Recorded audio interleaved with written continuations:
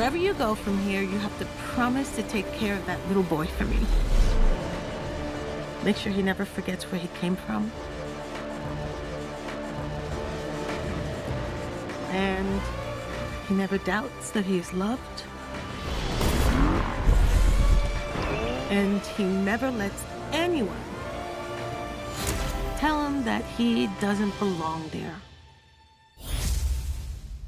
Thanks for staying with us. I'm Akshay Tandon, and it's time now to talk movies. Spider-Man is crawling back in theaters. The animated adventure Spider-Man Across the Spider-Verse premieres this weekend. But does it come out swinging?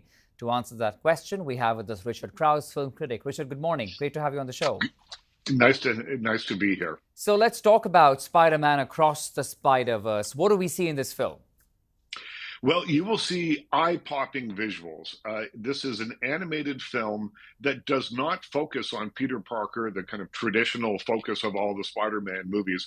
This is a Spider-Man film that's set in a series of alternate universes. So there's a lot of spider people, like hundreds of them all the way through this movie, although the movie focuses on two, Gwen and Miles, both of which are spider people who go into this multiverse. They make an error, and then they have to learn about the responsibility of being a spider person. I'll tell you no more about the plot than that because it goes on a little bit. But this is a film that is like a pop culture pastiche of every animation style from the last 100 years. It's absolutely eye-popping. It will give your eyes a Charles Atlas style workout watching this. Absolutely beautiful. But it's not just all style over substance.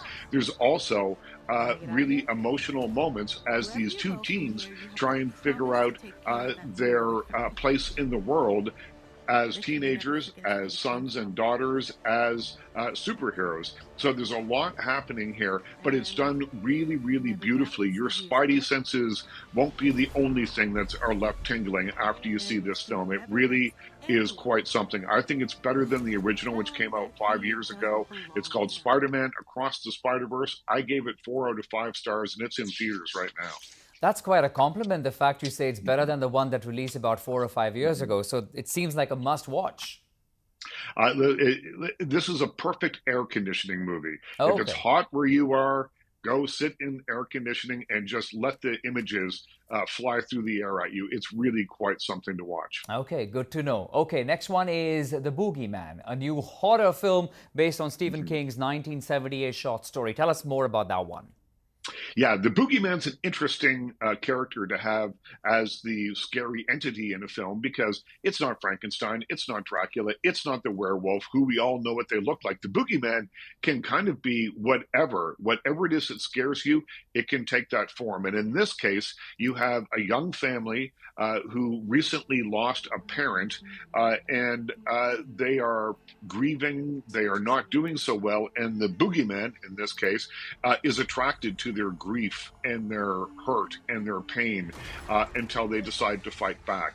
And so you've got a great cast here. Sophie Thatcher from Yellow Jackets is the older sister in this, the one who does most of the heavy lifting here. Chris Messina plays the father. But this is a film that isn't so much scary, although there are scary moments, but it's got this great atmosphere of dread, I think, that will stay with you a little while after watching it. It's good stuff. It's called The Boogeyman. I gave it 3.5 out of 5 stars, and it's in theaters right now. Okay, and lastly, let's discuss Bones of Crows. This particular film hits close to home, Richard.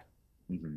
Yeah, this is a film that looks at about 100 years of history. It is focused on a Cree family whose children are taken and put in a residential school.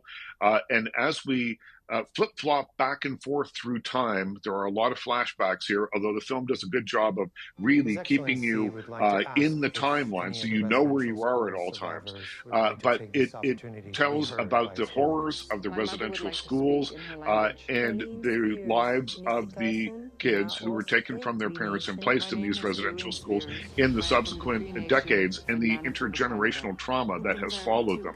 So, what I think this movie does a really good job of is really essaying that intergenerational trauma and the effect it's had on these characters in the film. It is hard going, it's heavy hitting. There are going to be scenes here that will probably be very upsetting to a lot of people, but I think it's an important film that is also tinged with resilience.